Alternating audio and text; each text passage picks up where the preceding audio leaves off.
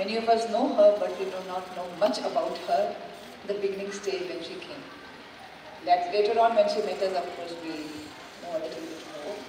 But we never know enough of anybody because there's so much to know. When we see different devotees having different relationships, then we understand something of that personality. So Maharaj said how rare a Vaishnava is there in this world. So for a Vaishnava, death is not the end. Death is the beginning. So in fact, Srimad Bhagavatam is born from that pastime. But Rishik Maharaj was cursed to die within 7 days, and that inauspicious news became very auspicious for him and for the entire world. Because from that pastime arose Srimad Bhagavatam. So when we see death in the material world, we are very fearful of death. But spiritually we have understood the example of the kitten and the cat. So the cat holds the kitten in the mouth, but the kitten feels very warm and very loving embrace of her mother. But the same cat's mouth becomes fear personified for the rat. So for Vrishabhanu Nandini, Krishna has come as a cat in the form of death and taken her very sweetly into his fold, only to enjoy transcendental mellows of the spiritual world. So in the Bhagavad Gita, Krishna says, Neha Vikrama Nashosti Pratyavayana Vidyate Swalpamapiti Dharmasya Trayate Mahato Bhaya. So Bhaya means even a little endeavor of the path of devotional service can save us from the most dangerous type of fear. So we are all fearful. Most of us are fearful of disease, death, loneliness, old age. But we can see in the life of Vrishabhanu Nandini, she was alone, but she was not lonely. I was once asked to give a class in Krishna Prabhuji's bungalow in Pune with all the counselors of Bombay and come. So give a class alone but not lonely. Because they know I'm staying alone, but somewhere they know that I'm not lonely also. So we know that she was alone, but she was not lonely. So in whose hand it is to feel lonely? It's in your hand.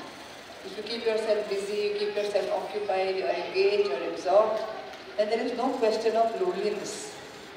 So yes, she was alone, but she was not lonely. Yes, she had disease condition, but she was not afraid. Yes, she was crossing 50. Many years ago, 50 was considered old age, but now they say 50 is now 25. So she was just 52, but she was not old. She was not afraid also of old age. And she knew that death is around the corner, tapping at her door, knocking at her door. But she was not afraid. And why was she not afraid? Because she was taking shelter of Krishna. So she was not afraid of death. So I was just recollecting all the sweet memories I had of Vrishabhanu Nandini. So we first met as god sisters. And then later on I started inviting her for programs to my house. So our relationship grew as good friends. Then she joined us in our venture of Ashray, Senior Citizen Home Project, as our team member. And somewhere along the line she became sick and she gave rise to mamatva in my relationship. I felt like a mother to her and I wanted to serve her, to take care of her.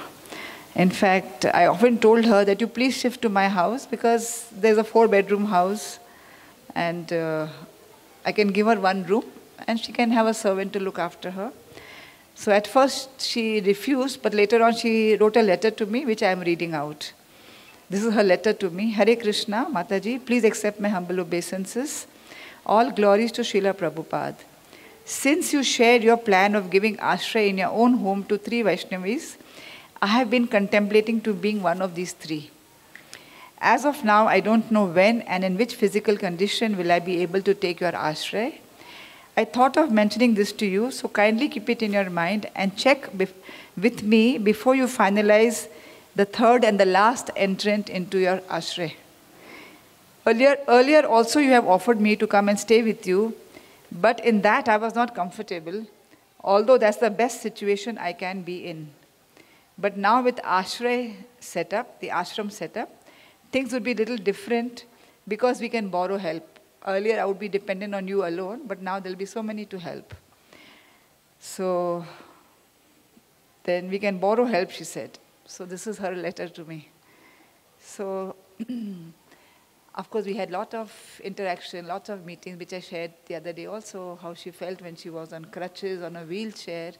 And still I told her that, you can be part of our ashray by taking care of one floor of the ashram, and the inmates, the young girls who will be taking shelter. You can be a good elder sister and guide them. So I was thinking her name is Varsha, and I just broke up the letters Varsha. So I thought she's a versatile Vaishnavi, because we can see versatility in her service, her intellect in her preaching, and then her versatility means right from intellectual to devotional, making garlands, making jewelry, then versatile in her relationships with devotees. She can accommodate the elders, she can speak to the elders very maturely, and she can be with the young girls, preaching to young girls, and also to the staff members of the hospital of Dr. Tapadia. She was also very keenly absorbed in the Barsana eye camp, so she could relate with the Brijvasis, tend to their needs. Then her A for attitude with gratitude, she had an attitude of gratitude. So any little thing you did for her, she showed so much of expression of thanks, that I don't deserve it, but you're doing so much for me. And she's a rare gem. As for submissiveness, in Bhagavatam it is said about Shruta Goswami, Saumya and Snigdha. So she was very gentle, she was very submissive, very peaceful, like I said last time, in the mode of Satogun. And again, humble, humility was there in her core. She never thought she was anything. So humility means to think of oneself as nothing, to think less of oneself. So that's what she was. Like he said, she's given 50 lakhs there, lakhs of rupees to NVCC, but we never see her in the forefront, I am a big time donor. So she was very humble and very adaptive. And also she had an abundance mentality. Abundance mentality means we never see her, if you have a look at her, she may just look at a very, very ordinary person who may just be having a little hand-to-mouth existence, a little more than that. But actually she came with so much wealth in ISKCON, and one Prabhuji, I think Ahobalam Prabhuji said that day, her car was not in a good condition. She was using a very old car. If she can give 70, 80 lakhs just like that, she can buy herself a very nice car for 5, 7 lakhs. But she preferred not to buy an expensive car, travel in the simple means, in the modest way of traveling. So we can see her abundance mentality along with her simplicity. So her adaptive nature also in her illness, coping with disabilities, and yet remaining cheerful.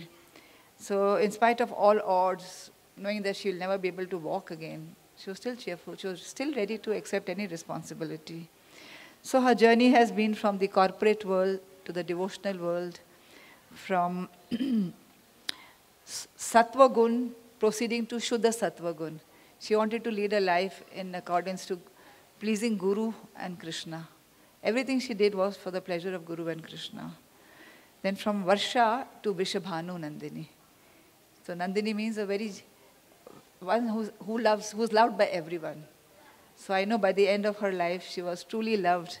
I was amazed to see how devotees in the beginning, when she was admitted, they were taking turns. She had no ayah at that time, but the devotees were doing this work in spite of COVID at its peak.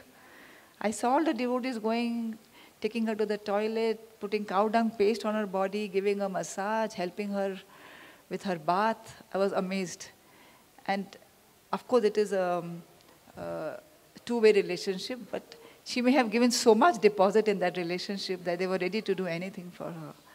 Of course, those days, I was also very scared in my stage to go to the hospital, and I didn't go to see her in the beginning days.